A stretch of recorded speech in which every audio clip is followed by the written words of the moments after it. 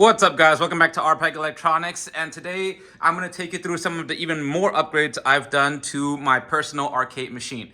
I do want to give a really big shout out to Pixelcade. Their owner Al is a super great guy.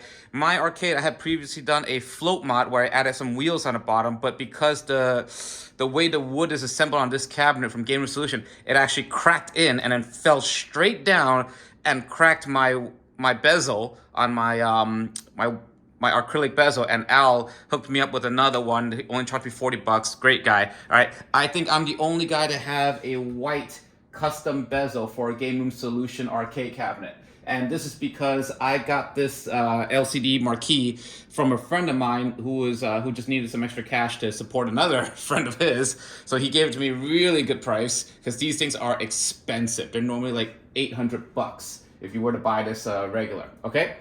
So that's one. I did get a new replacement panel, all right? And I want to show you guys this.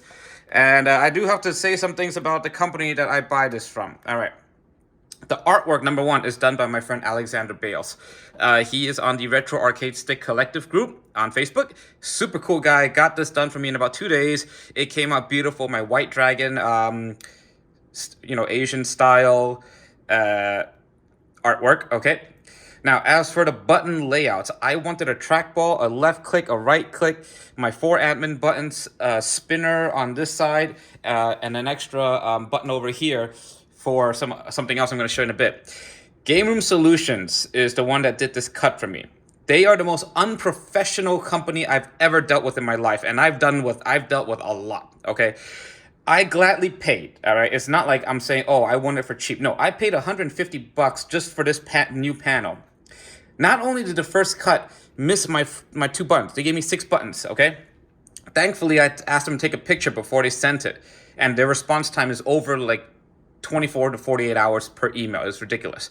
They forgot the 2 holes, okay? Instead of making the panel white wood, they made it black. Luckily, the art covers that.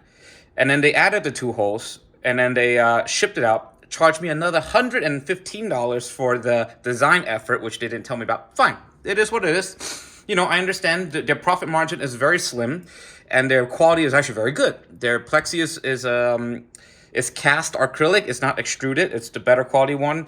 Their wood is actually 3/4 inch thick, and it's good quality wood, and their shipping is free. I don't know how they maintain their margins, so I get that.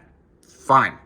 Do not curse me out on emails. Tell me I'm trying to resell products. Blame the customer for, any mistakes about or any questions about which ball is which. If you say RGB ball, they think Ultimarc's RGB ball. I said Suzo Happ, which also has RGB. So to me, it's like, okay, that's an RGB ball as well. This is a real Suzo Happ ball. This is not Ultimarc's. This is the authentic arcade stuff. I got this from a seller on eBay for a great price. It was like $120. This is the ultimarc RGB LED though. This one's really good and very easy to install. Okay. But yeah, Game Room Solutions, super duper unprofessional. If it weren't for the fact that their price was so good that it's almost unrealistic, I would not deal with them. But that is the nature of these kind of things, unfortunately. Oh, and I also have a LED over here that I didn't connect. There we go. Okay. So, that being set aside, if you can get your arcade cabinet done by someone locally, like Vic VP here in New York in Astoria, or I honestly don't know anywhere else that sells a kit. But if you can find a kit and build it yourself, that'd be great. All right. However, the companies I am happy with were Pixelcade, of course, for helping me with the bezel at almost no profit to them. I'm pretty sure they didn't make more than $5 off me. So Al, super great job to you. You make my arcade look beautiful. All right. Ultimarc over in the UK. I've been working with them. I've been using their parts for many years since my initial build. They are premium too. Their shipping is a little expensive, but that's understandable as is DHL. I ship DHLs for all my karaoke products too, and it is pricey. There's no way around that. The buttons, I think they actually upgraded them a little bit since my first batch a couple years ago. They are really bright. Like, this is butt-ass bright now. That's kind of insane. Okay, they glow a lot stronger than the first ones I got. Glens Retro Shows products, amazing value for your money. The spinner over here, all right, is what controls my mouse for my paddle games. You see my mouse moving on top over here, all right? The speed is just perfect. It's like, look at that. It is silky smooth. I got the aluminum metal top. There's other ones. I think they have like wheels attachments or like red color ones, but I just wanted a more muted looking one. This is my favorite accessory. This is a split button. All right, I'll try to just show it to you here. All right, this is a 4-way, 8-way switcher for my arcade. Right now, I can do up, down, left, right, and diagonals. Okay, see, I'm going diagonals, no problem. If I press the button, it's red. Now I can only go up, down, left, and right. I can't go diagonal anymore. See, I'm blocked. So underneath, it is a motorized gate switcher. Let me see if I can, well, I'm not gonna be able to push the button without it, but this motorized gate switcher changes from 4-way to 8-way at a push of a button. So much easier. It comes with this beautiful split button that allows you to toggle it. If I got 2, so both of them will do it, but you can actually get, they actually give you a second split button, so you can use that button for something else. Like their encoder here lets you use it as a keyboard encoder, so you can maybe use it to send like a volume up or down button or a coin and start, but I like it the way it is. All right. These are just sandwich sticks with an upgraded 2.5 pound spring right now. The glowing bat tops, this is pretty much an RPEG exclusive. Not for sale, actually. I just had this custom made from a company called Creative Circuits on Etsy that made them for me. They have glow powder mixed in them, and I don't think they have them. They're very expensive. I paid like $75 each, but God, are they beautiful. They're RGB. Okay, and you're probably never gonna see this in another arcade. You'll see those clear ones with like the little bubbles inside, but that's really different. I wanted a pure white Plex, like gloss joystick. Give me a second. Sorry guys, it is allergy season right now, okay? And then I've also hooked up I don't know if you can see that here, but here is a USB hub, so I can turn off my LEDs if I get, I just don't want to see them, okay? So at night, I don't like to have them on.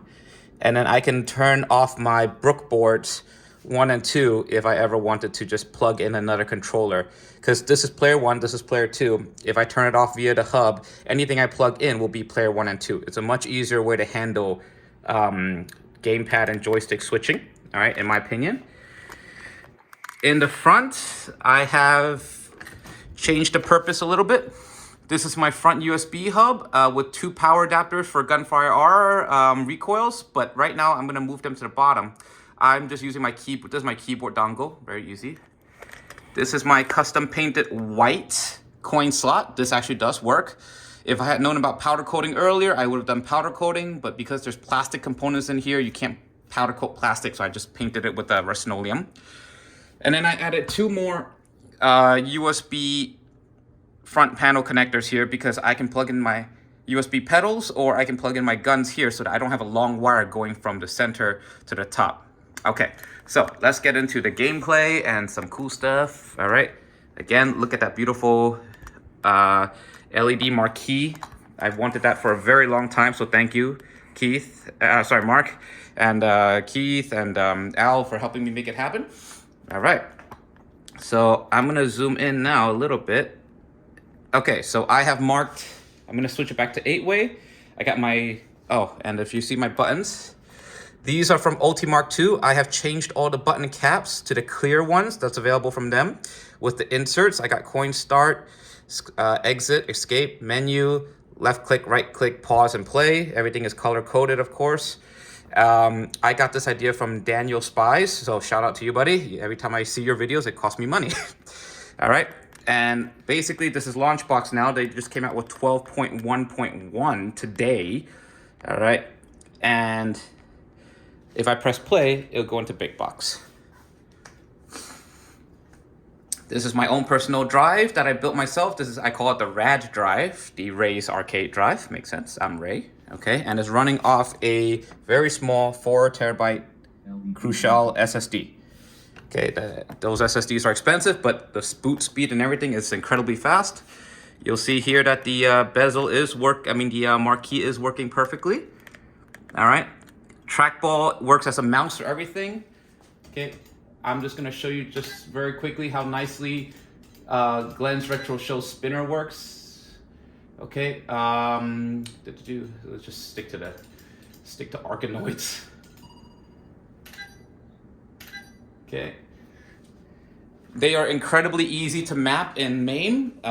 You can do stable controller ID, so you never have to worry about the mice screwing up the order. It's just one ID. It's really great. You can have two spinners too, but I only have one. I have a ton of stuff and no friends to play with. Sad. All right, add coins, start. Okay, and you see here, it's super smooth. That'll launch the ball. And that's it. Again, having better equipment doesn't make you a better player, it just means you have better equipment.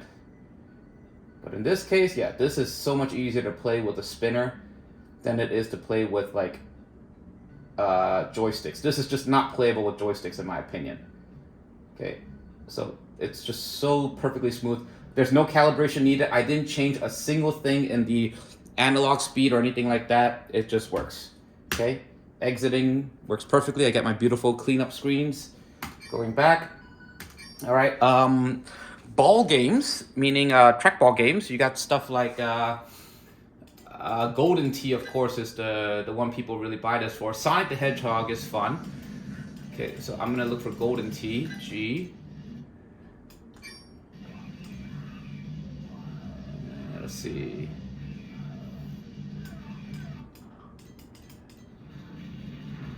Come on, where are you, Golden? Golden Axe, Golden Par, Golden Tee.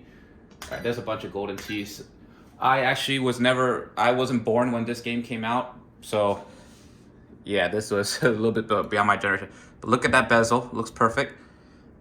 Okay, this is all handled by Launchbox. There's no hyper marquee spinner or anything like that.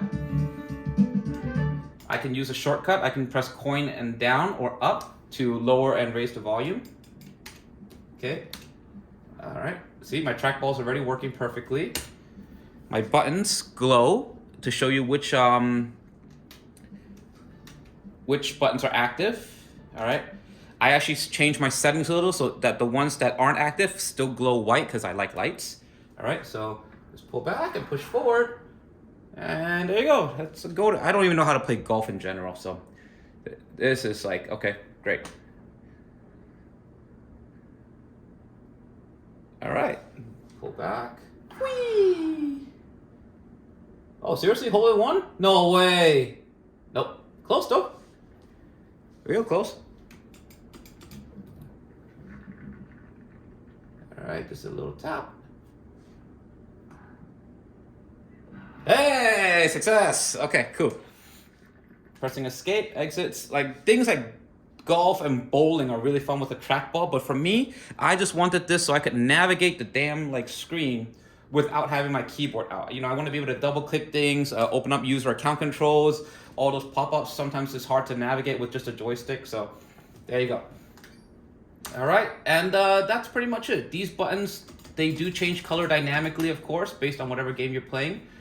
And the Launchbox team, if you're watching this is still an annoying bug, by the way. Like if you have a marquee, sometimes this doesn't open. Ooh, one button's off. I gotta fix that later. Huh, no it's not. Huh, it's just Street Fighter 2nd Giant Impact. It's the one that's missing a code. All right, I'll fix that later. Yeah, everything else is correct, but yep. So you see the buttons have dynamically changed colors. All right, I'll fix Second Impact in the control file later. Okay, and that's really it. I just wanted to show that off. Oh, right. No, I do want to show off one more thing. So why Glens Retro show four-way motor is so good. Like just pressing it, you can see, like it moves. Okay, when you're playing four-way games like Pac-Man or Burger Boss, not Burger Boss. Is it Burger Boss? Burger Time. Yes, Burger Time. All right, it is pretty much impossible to play with 8-way, and I'm going to try to show you an example of this. It should be under what? Namco Classics. Okay, we can do Actually, no. Let's do regular Pac-Man.